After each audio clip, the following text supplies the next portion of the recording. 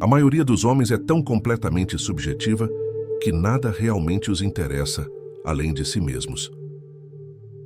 Assim, Arthur Schopenhauer, o filósofo alemão do século XIX, descrevia a natureza humana com sua característica precisão cortante. Paradoxalmente, essa mesma obsessão consigo nos força a uma representação constante diante dos outros. Imagine acordar todos os dias sabendo que precisará fingir interesse por conversas vazias, sorrir quando preferiria quietude, sustentar diálogos sobre trivialidades enquanto sua alma clama por significado. Para muitos, isso não é imaginação, é a realidade sufocante da rotina moderna. Há uma exaustão que não tem nome, mas que sussurra todas as noites. Essa performance que chamo de convivência é realmente necessária. Talvez você já tenha sentido esse peso invisível, essa sensação de estar constantemente traduzindo seus pensamentos, elaborados para uma linguagem aceita pelo grupo. Parece ser obrigado a falar em dialetos que empobrecem sua própria riqueza interior. A convivência tornou-se um teatro perpétuo, onde todos interpretam versões diluídas de si mesmos. Mas para algumas pessoas mais reflexivas, essa encenação constante não é apenas cansativa, é uma forma lenta de suicídio existencial. Parece tentar respirar através de uma máscara que nunca pode ser removida, que se cola à pele até você esquecer como é o ar puro. Há uma matemática cruel nesse processo. Quanto mais profunda sua capacidade de reflexão, maior o abismo entre o que você realmente pensa e o que pode expressar socialmente. Quanto mais elaborada sua sensibilidade, mais dolorosa torna-se a necessidade de simplificar-se para ser compreendido. Por que algumas das pessoas mais brilhantes da história preferiam ficar só?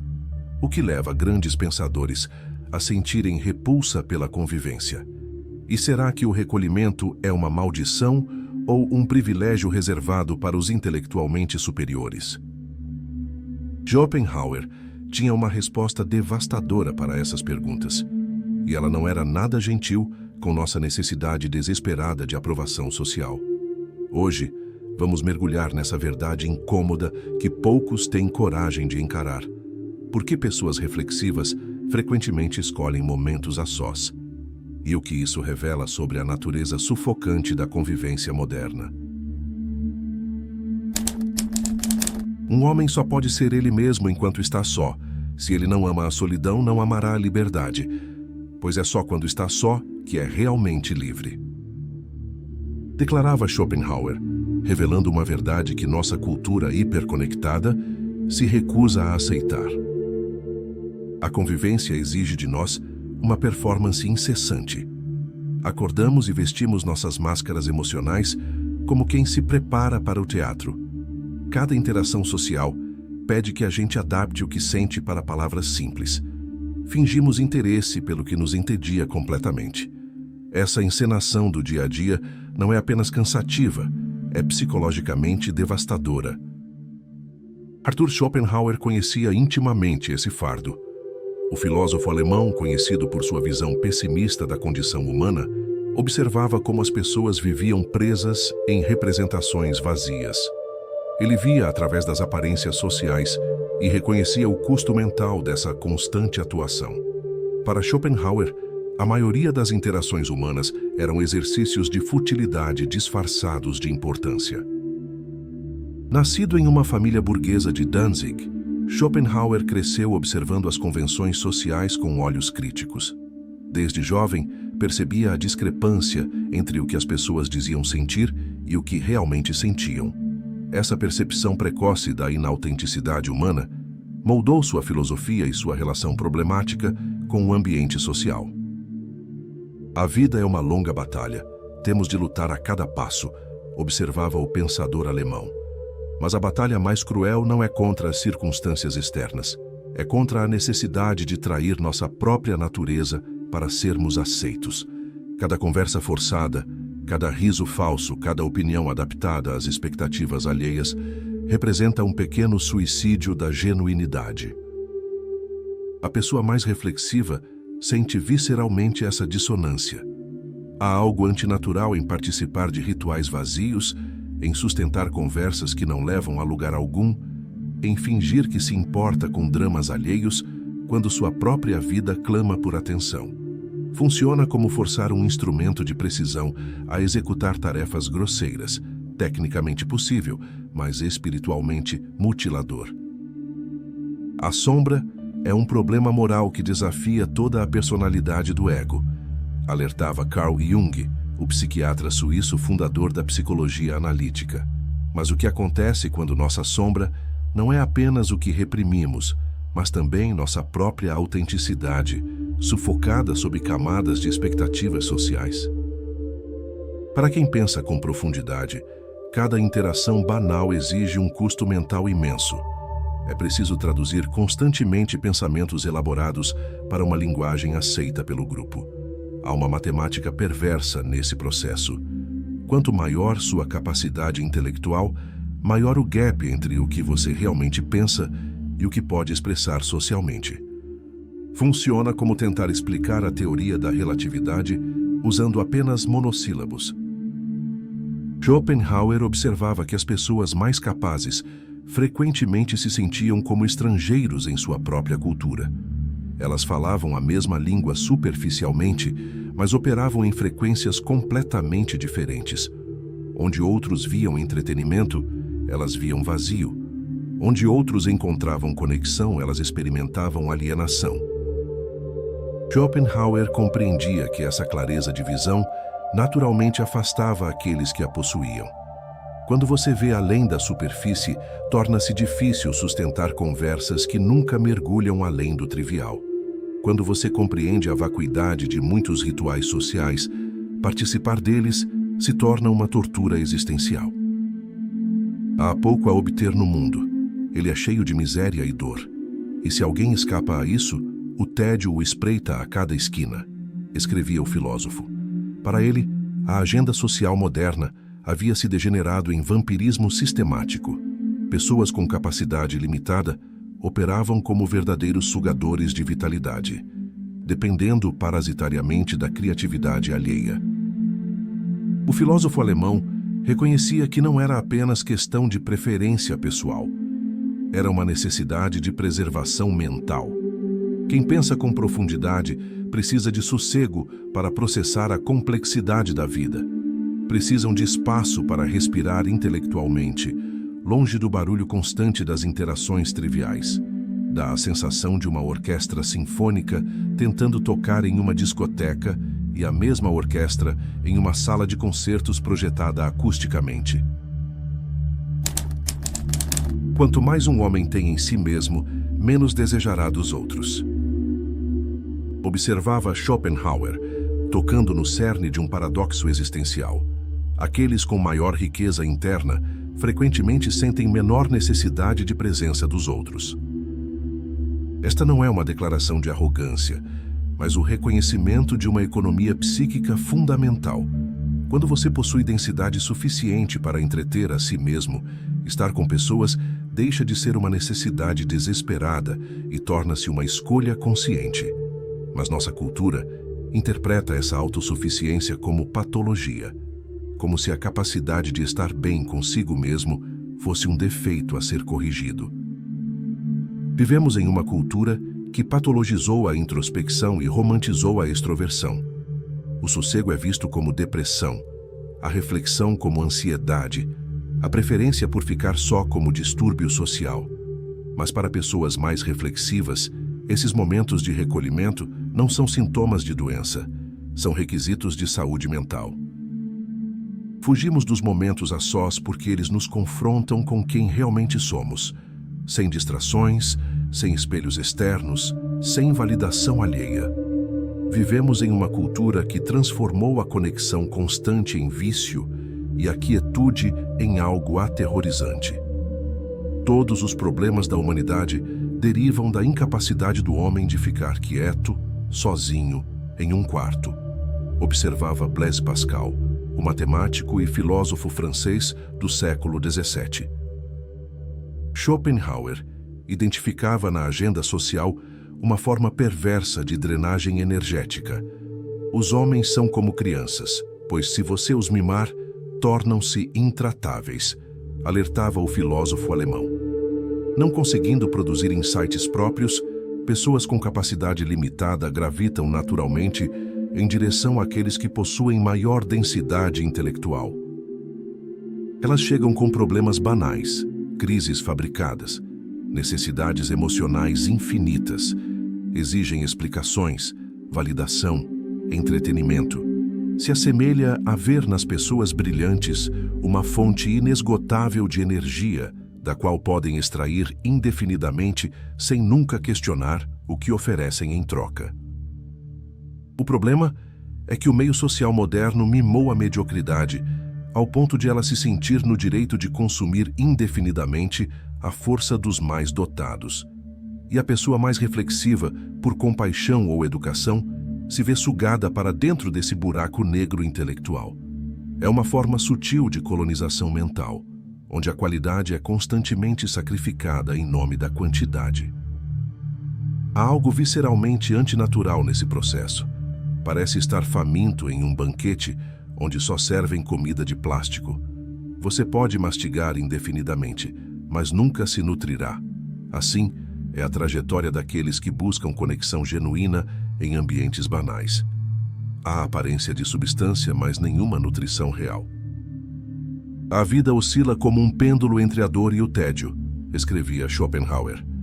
Mas há uma terceira dimensão que ele conhecia bem: a agonia de viver entre pessoas que não compartilham sua capacidade de percepção. É uma forma específica de recolhimento. Estar rodeado de corpos, mas completamente sozinho em sua compreensão da realidade. Ficar só em meio à multidão é a forma mais cruel de afastamento, porque carrega a ilusão de presença dos outros. Você está tecnicamente acompanhado, mas emocionalmente abandonado. Há corpos ao redor, mas nenhuma alma que ressoe com a sua. A multidão é a inverdade, observava Søren Kierkegaard, o filósofo dinamarquês considerado precursor do existencialismo. Quando nos perdemos na multidão, perdemos contato com nossa verdade individual. Tornamo-nos fantasmas de nós mesmos, presentes fisicamente, mas ausentes existencialmente. A pessoa mais analítica frequentemente se encontra colocando sentimentos complexos em palavras simples. Se assemelha a tentar tocar uma sinfonia de Beethoven em um teclado infantil. O pêndulo da mente oscila entre sentido e absurdo, não entre o certo e o errado, nos ensina Jung. Para pessoas conscientes, viver entre os inconscientes é uma experiência de afastamento ontológico. Você habita uma frequência diferente da maioria. Não é superioridade, é incompatibilidade fundamental. Pense nisso como tentar sintonizar uma estação de rádio clássica em um aparelho que só capta música popular. A genuinidade em um mundo inautêntico é uma forma de exílio. Você escolhe permanecer fiel à sua natureza, sabendo que isso o separará da maioria. É um preço alto, mas a alternativa, trair-se para pertencer, é ainda mais custosa. O contraste está entre morrer lentamente preservando sua essência ou morrer rapidamente em busca de aceitação. Os verdadeiramente eminentes fazem seu ninho nas alturas como as águias solitários. Observava Schopenhauer, não com amargura, mas com o reconhecimento sereno de uma lei natural. Esta observação revela uma verdade fundamental sobre a arquitetura da mente humana. Assim como diferentes espécies ocupam diferentes nichos ecológicos, diferentes tipos de inteligência requerem diferentes ambientes para florescer. Algumas plantas crescem em jardins comunitários, outras precisam de picos solitários. Não é questão de superioridade, mas de necessidades específicas para desenvolvimento. Nunca encontrei companheiro tão companheiro quanto a solidão, proclamava Henry David Thoreau, o escritor e filósofo americano conhecido por seu experimento de vida simples no Lago Walden. Esta não é uma declaração de misantropia, mas o reconhecimento de uma verdade fundamental. Apenas na quietude conseguimos ouvir nossa própria voz interior. O recolhimento oferece algo que nenhuma presença dos outros pode proporcionar: a possibilidade de existir sem edição. Não há necessidade de filtrar pensamentos, modular emoções ou ajustar comportamentos para agradar uma audiência. No afastamento voluntário, a mente finalmente pode respirar. Funciona como a diferença entre falar em público e pensar consigo mesmo. Há uma qualidade e uma densidade completamente diferentes. Num momento a sós, descobrimos que nossa mente é mais interessante do que imaginávamos. Sem a pressão de impressionar ou agradar, pensamentos genuínos emergem. Não são pensamentos censurados ou editados para consumo social. São reflexões puras, cruas, autênticas. É nesse estado que as grandes descobertas acontecem, que as intuições mais profundas se manifestam. No retiro, a mente não precisa gastar força traduzindo-se para consumo externo. Essa economia permite processos internos mais elaborados. Emergem pensamentos que jamais surgiriam com gente por perto. Conexões inesperadas se formam. Insights genuínos brotam do sossego, como plantas raras que só crescem em condições específicas. Pense nisso, como a diferença entre um músico tocando para uma plateia exigente e o mesmo músico explorando livremente seu instrumento no estúdio. A liberdade no recolhimento que permite experimentação, risco, descoberta. Você pode errar sem julgamento, pode tentar abordagens radicais sem medo de ridicularização. Schopenhauer compreendia que a reclusão consciente não era fuga do meio social, mas fuga para a genuinidade. A retirada voluntária torna-se o último ato de rebeldia em um mundo que demanda conformidade constante. Não por arrogância, mas por necessidade existencial. Pessoas mais reflexivas precisam de paz para processar a complexidade da vida. Há muito pouco a ganhar sem um rico mundo interior. É ele a única fonte duradoura de felicidade, escrevia o filósofo alemão. O recolhimento dos grandes pensadores não é misantropia, é higiene mental. É o reconhecimento de que a qualidade do pensamento depende da qualidade do ambiente interno. E este só pode ser cultivado longe do excesso de estímulos das interações triviais. A pessoa mais analítica descobre no retiro não uma fuga do mundo, mas um mergulho mais intenso na realidade. Sem as interferências constantes do zum-zum humano, pode finalmente perceber os sussurros sutis da vida que passam despercebidos no tumulto dos grupos. Parece tentar ouvir música clássica em uma discoteca versus ouvi-la em uma sala silenciosa com acústica perfeita. Segundo Jung, proteger a psique dos vampiros energéticos não é egoísmo, é responsabilidade. É reconhecer que nossa força mental é um recurso finito e precioso. A consciência é uma aquisição muito recente da natureza e ainda está em um estado experimental, observava o psiquiatra suíço. Esta experimentalidade torna algumas pessoas naturalmente mais sensíveis às interferências. Como antenas sofisticadas que captam frequências sutis, elas também são mais vulneráveis ao barulho que outros nem percebem. Proteger essa sensibilidade não é fraqueza, é sabedoria. Fui para a floresta porque queria viver deliberadamente, declarava Thoreau.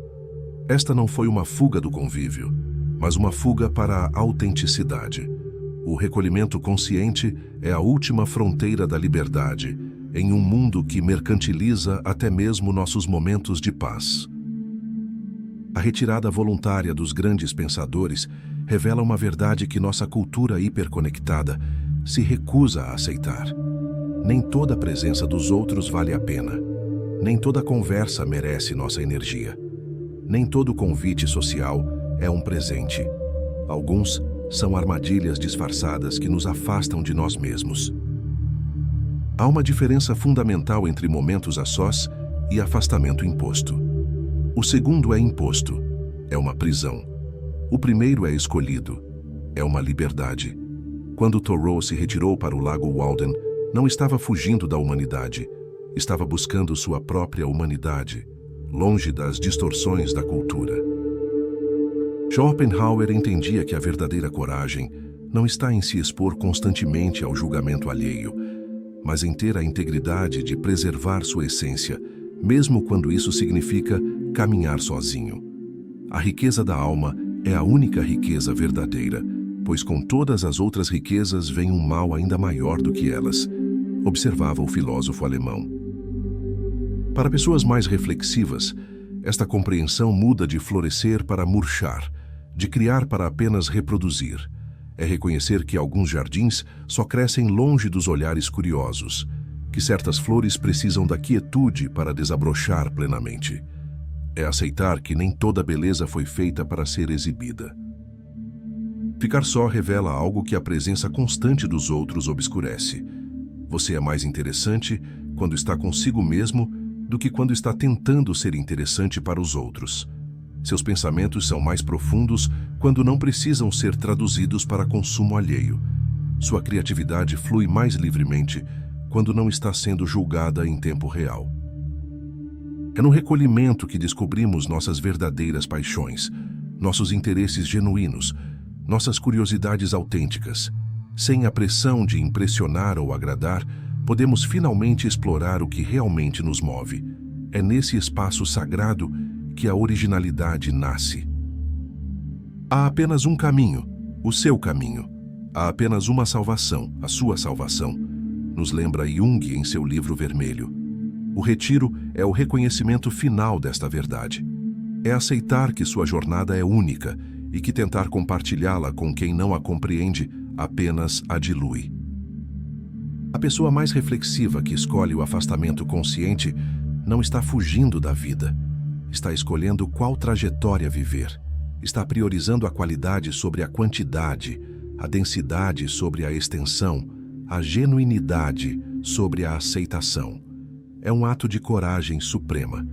Preferir estar com sua própria alma do que buscar a aprovação das multidões.